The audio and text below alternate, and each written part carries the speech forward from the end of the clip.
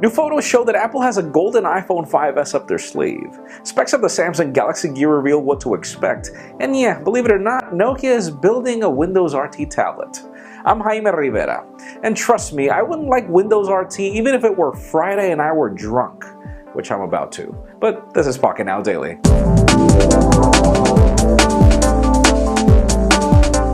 Let's start today off with the official news. Those of you interested in the Moto X, well, it will be available first on AT&T on August 23rd, but if you're interested in customizing your phone, the Moto Maker service will be available on the 19th for you to customize your phone and then get it 4 days later on the 23rd. And for those of you interested in the HTC One on Verizon, which is finally available, you can pick it up on August 22nd as well.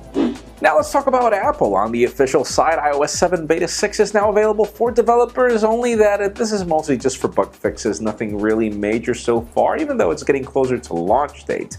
And aside from that, even though we had heard about the rumors of a golden iPhone that we really didn't believe, now we finally get a photograph of a golden iPhone, and it begs to wonder what market this is destined for specifically, if they're actually planning also to serve 3 different colors of phone, so stay tuned for that. And remember those Sony camera lenses that we talked about a couple of days ago? Well, we finally get the user manuals of this camera and we learn a lot of things. First of all, I did mention that right. These are cameras, standalone cameras that don't need the phone to operate. They've got their own battery, they've got just about everything. It's just interesting though that if you use the phone, it'll actually allow you to use the viewfinder, but this lens is actually heavier than the Xperia Z in its own. So, well, anyways, links in the description for the full manuals and details on what to expect. Sadly, no dates just yet, but IFA is being rumored. And even though we had dismissed the rumors of Nokia building a Windows tablet, well, we finally get the first leaked photograph of it, and even aside from the pink color that you see there, we do get some specifications that include an ARM-based processor, which is not necessarily good news because this would necessarily have to be a Windows RT tablet. And judging by the fact that Windows RT is so hated everywhere, that's not going to sound good for Nokia.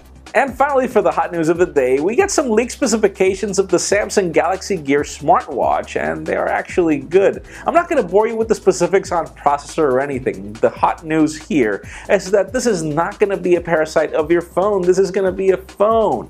Yeah, the smartwatch is actually going to allow you to make phone calls, just like Dick Tracy pretty much, which is kind of interesting. I mean, I can't imagine the option of having a smartwatch and leaving my smartphone at home, but anyways, that leads me to the question of the day.